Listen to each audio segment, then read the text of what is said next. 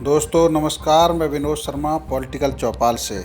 आज हम एक ऐसे विषय पर बात कर रहे हैं जिसको लेकर आने वाले दिनों में सुगबुगाहट तेज हो गई है।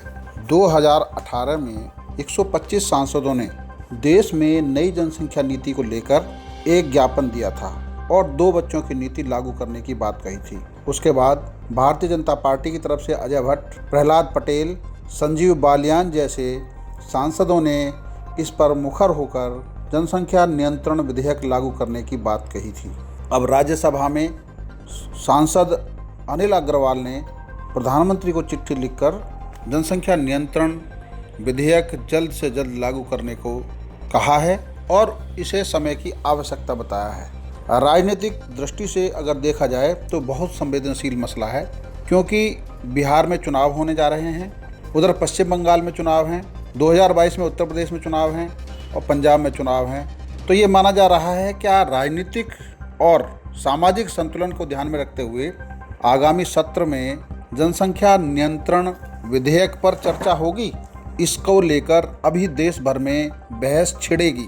पॉलिटिकल चौपाल ने इस मुद्दे पर महत्वपूर्ण तथ्य एकत्र किए और यह आपके सामने रखने जा रहा है।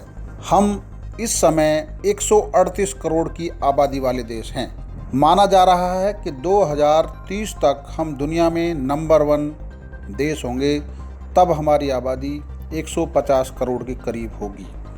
भारत की जनसंख्या का अगर हम सिलसिलेवार आंकड़ा लें तो 1950 में हमारे देश की आबादी 40 करोड़ थी, 1960 में यह 45 करोड़ हुई, 1970 में 55 करोड़, 1980 में 70 करोड़, 1990 में 87 करोड़ और 2000 में यह 105 करोड़ का आंकड़ा पार कर गई। 2010 में 123 करोड़ और अब 2020 में 138 करोड़ के करीब का अनुमान है। जनसंख्या का यह आंकड़ा चौंकाने वाला है, क्योंकि जिस तरह से हम बढ़ रहे हैं, हम दुनिया के नंबर 2 पर हैं और पूरी दुनिया की 17% आबादी हमारी है।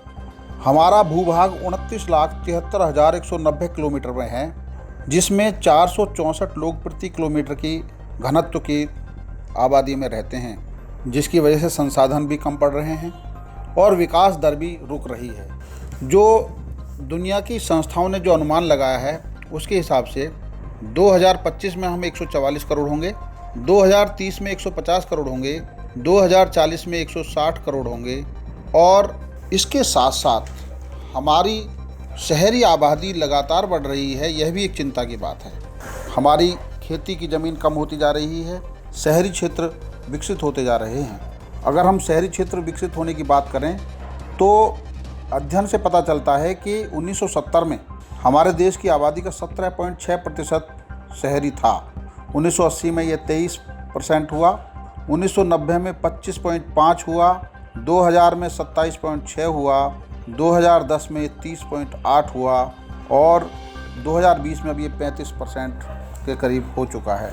अनुमान है कि 2045 तक यह लगभग 50% आबादी उस समय शहरों में आवास कर रही होगी। तो इससे हमारी कृषि की जो ज़मीन है वो कम पड़ जाएगी और लोगों के सामने कई तरह के संकट पैदा होंगे। जब केंद्र में बीजेपी की पूर्ण बहुमत की सरकार है और बड़े बड़े फैसले इस सरकार ने लिए हैं, तो ऐसे समय में ये ज़रूरी हो जाता है कि क्या जनसंख्या नियंत्रण विधेयक को लागू करने का साहस मौजूदा सरकार कर पाएगी।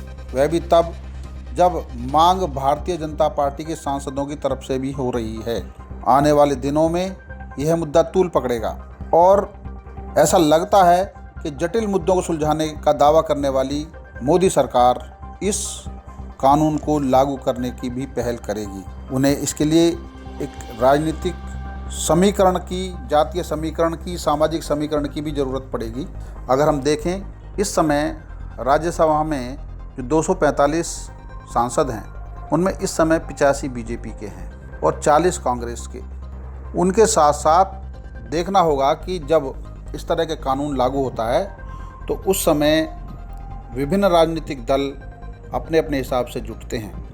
यह ऐसा संवेदनशील मुद्दा है जिस पर दुनिया की नज़र है। हमारी आबादी एक तरीके से रोज़गार के मामले में दूसरी दुनिया के लिए एक बाज़ार है, लेकिन जो चुनौतियां हैं उनका भी सामना करना है और उसके लिए विभिन्न संगठनों की तरफ से भी आवाज़ उठ रही है। जनसंख्या नियंत्रण को लेकर पिछले साल मेरठ से दिल्ली तक एक रैली निकाली गई थी। उस रैली में कई मांगें उठी थी, जिसमें कहा था कि 2 बच्चों से अलावा यदि तीसरा बच्चा पैदा होता है तो उसके लिए सख्त कानून बनाए जाएं। कुछ संगठनों ने यह भी सुझाव दिया है कि अगर जनसंख्या नियंत्रण कानून का उल्लंघन होता है तो उनसे वोटर का अधिकार समाप्त कर दिया जाए, साथ साथ कई जो सरकारी सुविधाएं हैं उनको भी समाप्त किया जाए। ये सब बहस के मुद्दे हैं, लेकिन यह एक ऐसा मुद्दा है जिसमें अब देश में ज़बरदस्त तरीके से बहस तेज होने वाली है और ये बहस संसद से लेकर सड़क तक होगी और इस पर बहस होगी। विभिन्न राजनीतिक दलों की अलग अलग प्रतिक्रिया होंगी और उन्हें कुछ लोग भ्रमित करने वाला भी कह सकते हैं, लेकिन यह देश के विकास के लिए बहुत महत्वपूर्ण कदम होगा। पॉलिटिकल चौपाल के लिए आपकी यह महत्वपूर्ण खबर आपको ये कैसी लगी, आप इसको पे सुझाव दीजिए और देखते रहिए पॉलिटिकल चौपाल। धन्यवाद।